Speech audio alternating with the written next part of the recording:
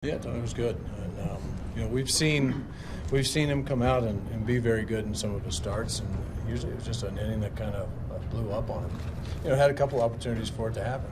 It's a guy on third base and make some tough pitches. That was big for him. And then a couple other times we've had some errors that have kind of set stuff on a spiral. And look at a ball that he fielded coming back. He short hops Reynolds picks him up. I mean, those are the kind of innings. It hadn't happened in the past. Ball goes down the line, and then it's a mess. But fortunately, he had his team pick him up, and he made really good pitches when he had to.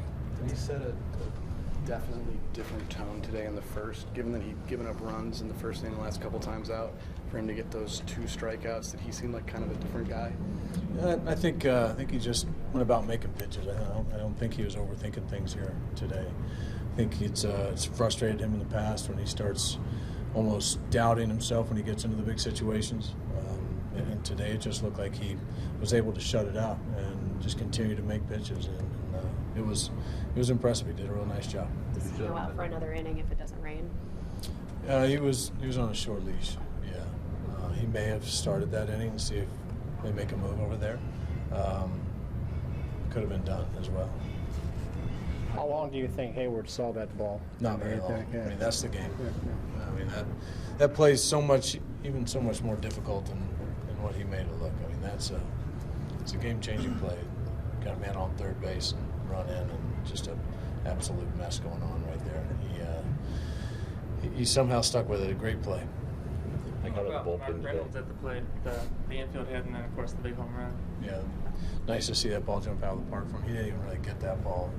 We know he's got big power, and I think he's gonna bump into quite a few. But did a nice job at first base, and just continue to take good at bats for us. I know you obviously believe in your team, and you never put any limits on your guys. I mean, but that said, are you ever surprised at all, pleasantly surprised that they continue to win despite taking so many body blows? Yeah, I'm just real, and I've used this word before. I'm proud of the fact that they're not getting distracted, because it's a story, and it's being fed to them from everybody on the outside. Even some of their closest friends are saying, "Hey, this is amazing that this happened and that happened," and it's a lie, to be honest with you, because as long as they don't buy into it and they look at that lineup and say, we've got plenty good team here to win today, and what we're doing is going to be enough. And as soon as they back off of that, we would be in trouble. But unfortunately, we've had some great leadership inside the clubhouse, guys who've been in situations like this before, and they're not backing down, and regardless of what kind of hit comes. And to me, that says a lot about a club. But would we like to have some of those guys back? Yeah. But until then, we got somebody else that's going to step up today. Tyler Lyons came in and did that, and then we had a great opportunity to make the most of the few opportunities offensively to get us enough, and it was fun to watch. Mike, how about the work of the bullpen today and Rosenthal with a 4-out save? Yeah, they were great. And starting right at the top, Matt Bilal coming in for us, and Choate and Seth and Segrist. I mean, they've been really kind of falling into some pretty good roles right now, and feel good on the mound. And anytime we can get the ball into Trevor's hands, if he's healthy, we're going to give it to him. Since this was Segrist's third straight day, did he just have one hitter today? Yeah. We weren't going very long, and that's why being able to bump Rosie up and give him the 4, we don't usually do a whole lot of that, and Kevin's doing a much better job of kind of taking control of that 8th inning, but we're going to have to watch his pitch count as well. Mike, how tough is that with Rosie? He gets the last out of the 8th, and then he comes up with a tough save in the 9th with 2 of the better hitters in the American League there. It's the guy we want with the ball. And that's kind of what it comes down to. We get into those situations. If he's healthy, if he's semi-fresh, we want him. We want him out there. And if he continues to pitch like he is, we'll just have to keep watching his workload overall. But we got up a little bit yesterday, but he was ready to go.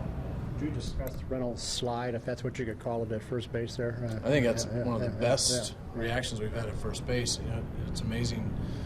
We haven't seen more of that as a first baseman releases off the bag, just that athleticism to know I got to get down. Because if he tries to run through the bag, he's tagged out, and that was impressive. That he had the quick judgment to do that. Were you concerned he might have got hurt when he tripped over himself there after he got over the bag? No, I didn't notice that. I mean, he's a pretty tough guy. I don't think he could hurt him. And what did you think of his slide the very next inning to get the out? Yeah, just aggressive play. And it's the same inning he had the other pick when Tyler short-hopped him over at first. I mean, he does a nice job at first base, and I think kind of gets overshadowed sometimes. But he's made a lot of nice plays helping our infielders out on some low throws. Was swapping Randall out related to the delay at all? Swapping Randall out's given us the flexibility to run out Belisle for a little longer, and realizing it's a little earlier than what we typically would make a move. It gives us the opportunity if Matt Belisle goes clean, we can run him back out, which we ended up doing.